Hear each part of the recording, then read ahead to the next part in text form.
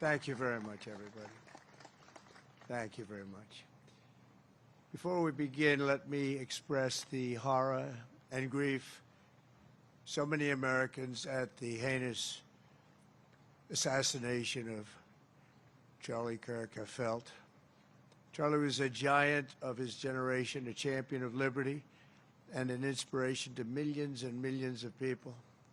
Our prayers are with his wonderful wife, Eric, and his beautiful children.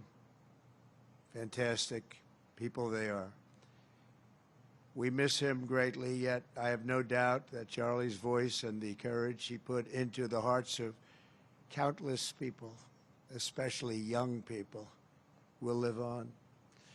I'm pleased to announce that I will soon be awarding Charlie Kirk posthumously the Presidential Medal of Freedom. The date of the ceremony will be announced, and I can only guarantee you one thing, that we will have a very big crowd, very, very big. Thank you, my fellow Americans. 84 years ago this morning, the banks of the Potomac were filled with the clamor of construction workers who broke ground on the building now known as the Pentagon on September 11th, 1941. At the time, it was the biggest building ever built. From that moment forward, this structure stood as a monument to American strength, power, and cherished American freedom.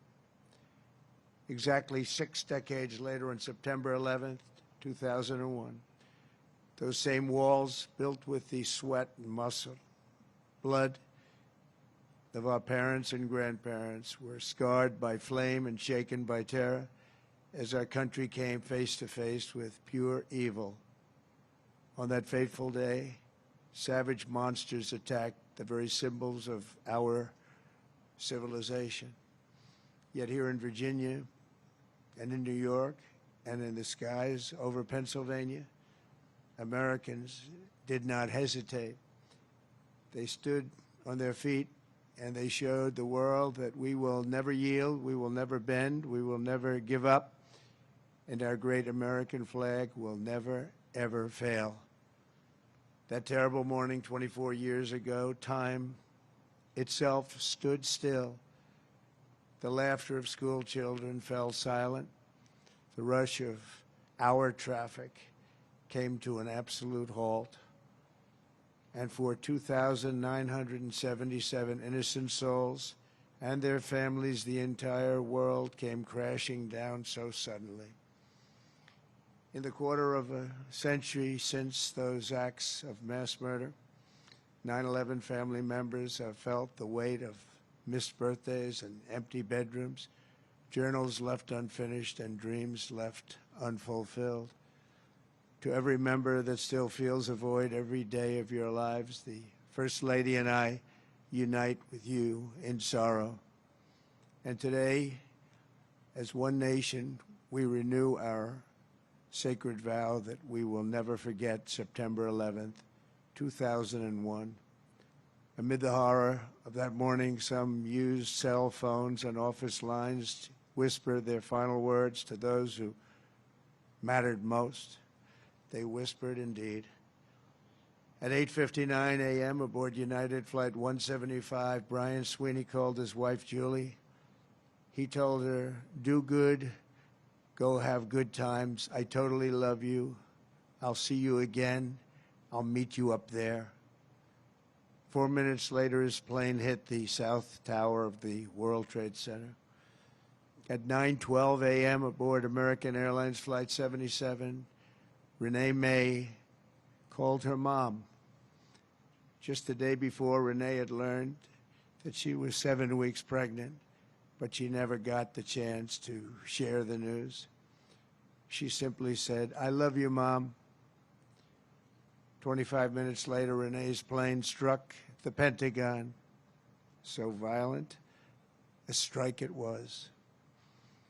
At 9:53 a.m. aboard United Flight 93, Elizabeth Wayneo called her stepmom. They're getting ready to break into the cockpit. What do I do? I love you so much. They're going to break in. 10 minutes later, Flight 93 ended in the hallowed field near Shanksville, Pennsylvania. At 10:25 a.m., Tom McGinnis was trapped on the 92nd floor of the North Tower when he told his wonderful wife, Elena, on the phone, there are people jumping from the floors above us. If we get out of here, it'll be a total miracle. I love you, darling. Take care of Caitlin, beautiful daughter. 3 minutes later, the tower fell. Out of the ash, we witnessed the awesome power of that incredible love. We've seen it rise again. Out of the wreckage, we watched unbelievable courage suddenly take form. And out of the darkness, we saw the timeless truth of American character shine for the world to see. In America, we take blows, but we never buckle. We bleed, but we do not bow. And we defy the fear, endure the flames, and emerge from the crucible of every hardship stronger, prouder, and greater than ever before. Last year, we were a dead country. Now we have the hottest country anywhere in the world. In New York, there were heroes like Chuck Costello, a 46-year-old elevator mechanic, and a member of the Knights of Columbus. He selflessly ran into the World Trade Center to free people trapped in the elevators. His body was not found until the following January, deep under the debris. While going through his belongings, Chuck's widow, Mary, a phenomenal woman, discovered a personal prayer written in his own words, "Help me to light the way for those in the dark, and when I enter the darkness, let me not panic, but patiently wait to remember the light." Beautiful words. When the time came, Chuck ran boldly into the darkness of hell on earth, and now he shines in the light of heaven above. We remember him this morning. That day we learned that the American heroic spirit was all around us. We saw it in the police officers, the great firefighters, the service members here at the Pentagon, and in the hearts of every American who answered history's call. One such hero was Army Sergeant First Class Steve Workman, who was on the edge of the impact zone when this incredible Pentagon was hit. He was right there.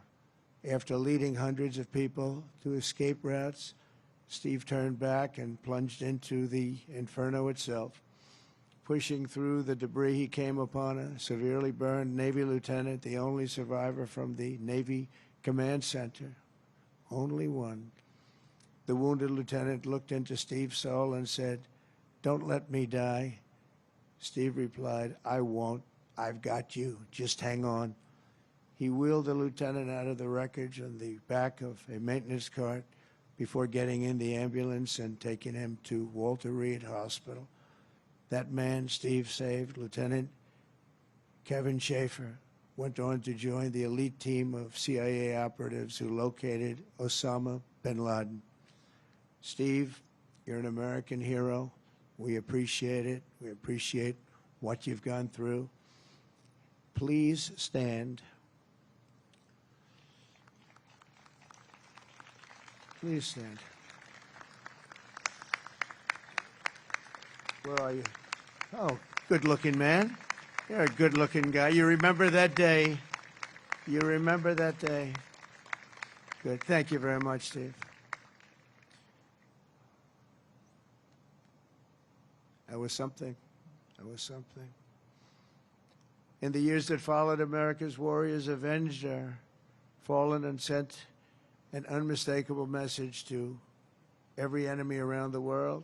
If you attack the United States of America, we will hunt you down and we will find you. We'll go all over this sometimes magnificent earth. We will crush you without mercy and we will triumph without question. That's why we named the former Department of Defense the Department of War. It will be different. We won the First World War. We won the Second World War. We won everything before that and in between. And then we decided to change the name. Well, now we have it back to where we all want it. Everybody wanted it. Everybody is so happy to have it back. You will fail and America will win, win, win. The enemy will always fail. 24 years have passed since that Tuesday morning in September, and an entire generation of Americans have come of age in a totally different world. While they cannot remember the agony of that day, they are carrying on the legacy of those who lost. Around 8:30 a.m. on the morning of the attacks, Army Lieutenant Colonel Kip Taylor sent an email to his friends and family describing the joys of fatherhood and his excitement for the upcoming birth of his unborn son. He wrote, "After you have kids, there are days that you just get going and you say, 'Hi, honey, I'm home.' What we do until that moment pales in comparison, but just that little statement, 'Hi, honey,' so American, so beautiful." But that's really the point of it all, isn't it? An hour after he sent that email, Flight 77 flew into Colonel Taylor's Pentagon office and claimed the life of a very proud father and true patriot. 6 weeks later, on October 25th, 2001, Colonel Taylor's son, Luke, was born. Luke then tragically lost his mom to cancer when he was just 2 years old, leaving him to be raised by his father's brother. As a young boy, Luke asked his uncle about the folded flag on the bookshelf, and when he learned about his dad's decades of devotion to the Army and the horrors of September 11th, that's when he learned. Luke carried that memory with him and joined the ROTC as a college freshman. He graduated just last year, and I'm pleased to say he is with us today as a second lieutenant and doing very well. He's rising quickly in the infantry, preparing for Army Ranger School. The spitting image of his dad, they say, Luke says that every time he puts on a uniform, he feels connected to his father and to our country. But it was a father he never knew. Luke, your parents are together in heaven, and they could not be prouder of the man that they have produced. They produced you. Those two great people produced you. Luke, please stand.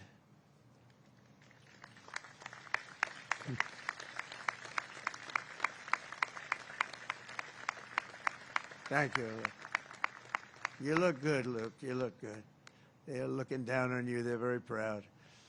This morning, we recall the light of America's best and bravest and the love that they showed in their final moments. In their memory, we make a solemn pledge and a noble promise. We will honor always our great heroes, and you are our heroes. There's a group of people that don't want to talk about our heroes, but we will always talk about our heroes, and that's the way our country is, and that's the way the people feel. We will defend the nation they served, the values they upheld, and the freedom for which they died. We will support our troops, we will protect our families, and we will preserve the American way of life for every future generation. We will build taller, grow stronger, fight harder, and soar higher. And together we will go forward as one people with one heart, one fate, one flag, and one glorious destiny under Almighty God. May God bless the memories of those who died and the heroes who fought and the soldiers who still stand watch. May God bless the United States of America. Thank you very much. Thank you. Thank you.